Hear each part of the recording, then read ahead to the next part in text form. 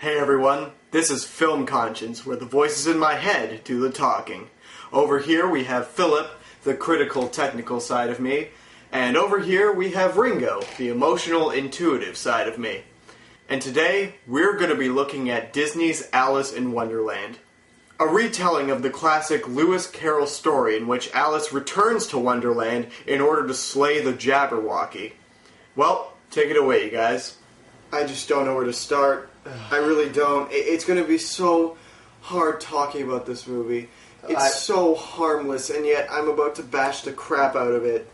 I feel like I'm about to punch a baby in the face. Oh my God. I mean, what did it do to me? It did nothing.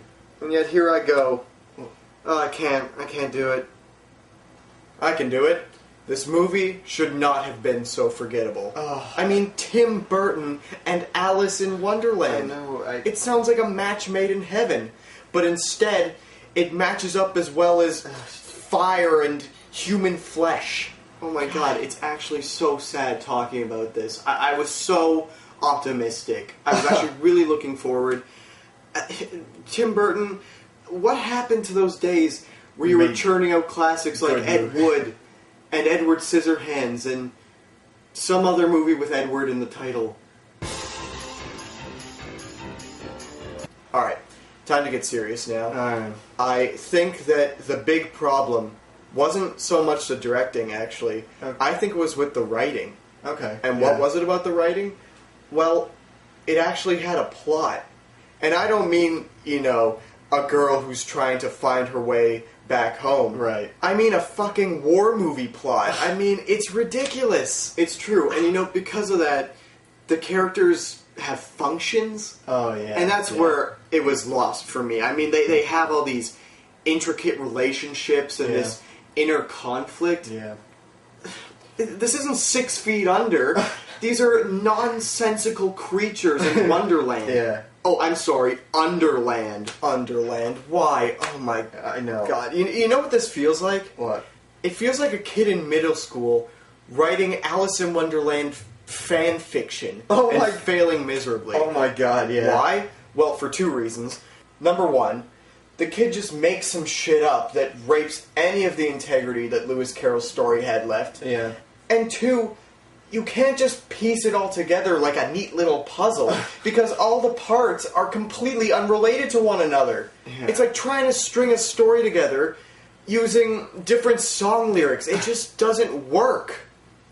Yeah, case in point. It's all true. And one thing that I found odd, they create an actual plot, and you expect it to be all crisp and coherent, but not really. I actually found it kind of hard to follow.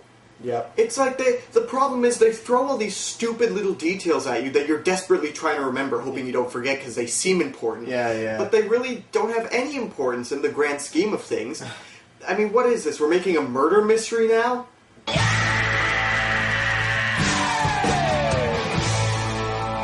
Now, to be fair, we are leaving off some of the good points of this movie. Yeah. For example, this movie has a really, really solid cast. Yeah, it does. Even though they were mostly underutilized due to the fact that their characters were inconsistent. Okay, bad example. Okay. A lot of it, especially the sets, were really beautiful. Absolutely. Even though the CGI did get a little tedious at times. Wow. Clearly I can't give a compliment to this movie without it being backhanded. Clearly. I'm such an asshole. Maybe a little bit. Yeah. Okay, thanks guys. I think I've got enough. So, here's my conclusion.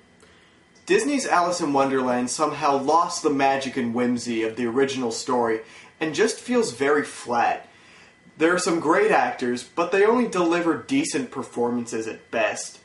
Some of it truly does look phenomenal, but other times it just looks cheap. Honestly, I wouldn't go as far to say the movie is bad. It's just extremely mediocre, and in my opinion, mediocrity is a worse crime than just being bad. This has been Film Conscience, where the voices in my head do the talking.